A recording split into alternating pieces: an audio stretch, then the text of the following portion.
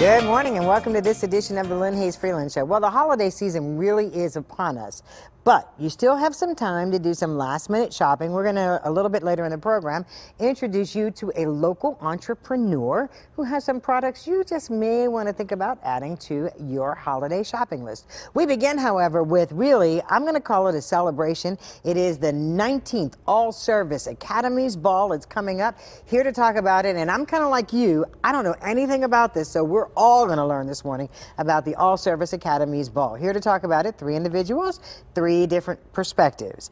Daniel Steigner is the chairman of the ball. Warner Macklin III is the representative of the West Point Academy Committee, and Grayson Sandage is the officer of the Pittsburgh chapter of the Tuskegee Airmen, and his father was an air traffic controller in WW2. Wow, that is amazing. It was. Welcome to you all. Well, thank you. Thank you. So, you're probably the most nervous, so I'm just going to put you on That's the hot fine. seat That's all right. first. Talk to me. What exactly is this? Okay, well, we are the parents of sons and daughters who go to the 5 military academies, and those are West Point, Annapolis, the Merchant Marines, Coast Guard, and my personal favorite, the Air Force Academy.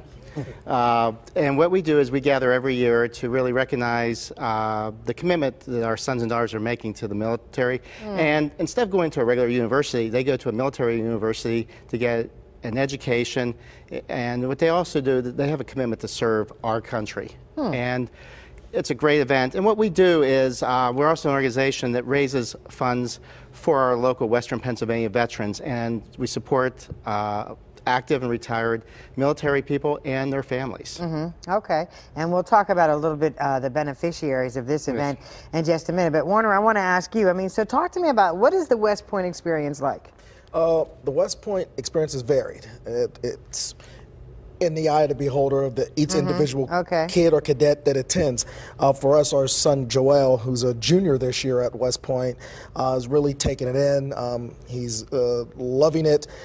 Currently, he's studying abroad in Lyon, France. Wow. He's a French major, but he's also an engineering major because by law, all students that attend any of the academies must receive a degree, a BS in engineering of some sort by law. So at West Point, he's receiving an engineering degree, but also a French degree, and he's really enjoying his time, and he's looking forward to serving his country. Now, let me ask you this. What made him choose West Point? Do you know?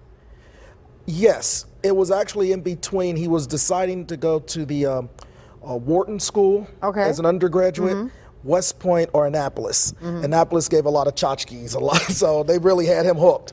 But we sat down and talked and spoke with our son, with some other friends and relatives and advisors, and they said, you know what, West Point's considered the #1 leadership school in the world. Oh, interesting. Bar none. Okay. And you can never take that experience back. You can always go to Wharton or anywhere else later on in life and receive an MBA, but West Point is really a one-time deal, so go and experience it. And he took our advice, surprisingly, and wow, that in itself is huge. He took your advice. Yes, yes. So let me ask you, Mr. Sandage, then this year's ball, one of the beneficiaries is going to be the Tuskegee Memorial, which is in Sewickley in the cemetery, correct?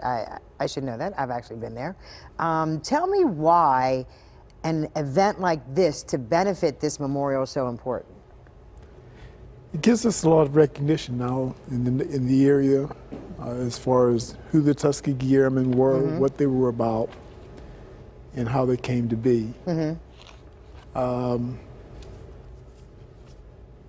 were 900 people, were men and women, from Western Pennsylvania.